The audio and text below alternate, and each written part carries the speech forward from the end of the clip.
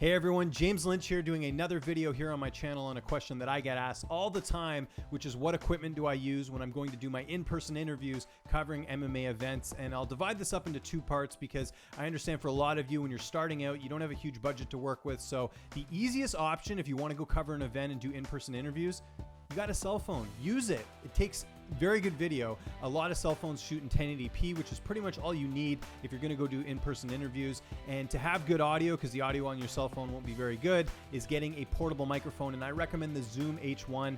I've had this for about 10 years. It works great. And all you have to do is after you record your audio and shoot your video is just put them together in post. You lay the audio track underneath the video. You're set. You've got crystal clear audio and you've got great video there as well. And again, you don't have to spend much there. If you want to spend a little bit more, you can get a tripod. That way you can go on camera and you can do, interviews with your subject that way. You can add lights. There's all types of little accessories you can use on your cell phone that are readily available because a lot of people do just use their cell phone when they're going to shoot interviews and things like that. So that's what I would recommend if you're just starting out and just getting into interviews. Now, I'll show you the setup that I use when I go to cover events, and it's pretty straightforward and simple. First off, I have a tripod, as you can see here. With the tripod bag, I've got a newer external light, which I actually just did a video on this a few weeks ago, so you can check out that.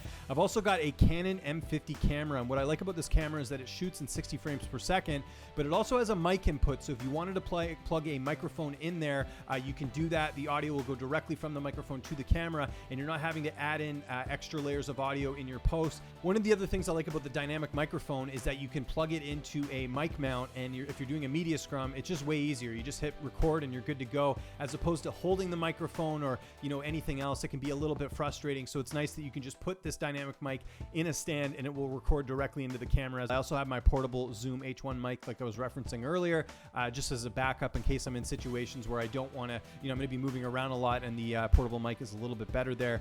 The other thing I bought recently was an extra lens, a really high-res lens that you can use, and this is good for like press conferences and things like that because, oftentimes, a regular camera lens does not zoom in far enough, so I like using this external lens as well. They run a bit as far as the price goes. I think I got this one for around $800 Canadian, but it really makes a difference when you're going to shoot press conferences or things where you're not going to be close, so you can shoot sort of those long-range shots, which is really, really, really helpful, and I really enjoy that. That's pretty much a breakdown of what I use to cover events. Everyone's got their own methods, and clearly you could spend a lot more and use a much more advanced setup, but this is what I use right now for all of my events when I'm going to cover them. And the nice thing about this setup is everything fits in a backpack, and then I just have my tripod case as well, and it's pretty easy to get around if I'm going, to different spots and doing different media obligations. It's just really easy to have this type of setup. I'm not needing a suitcase or anything crazy like that. It's a pretty standard setup as far as what I use. The other thing I'll recommend quickly is make sure you get extra batteries for the Canon. The battery life on a lot of these cameras doesn't last too long, so it's good to have a couple backups just in case you forgot to charge it, or you're doing a lot of recording and you need something that can be there as a backup. So I recommend getting a lot of batteries if you can. And that's about it.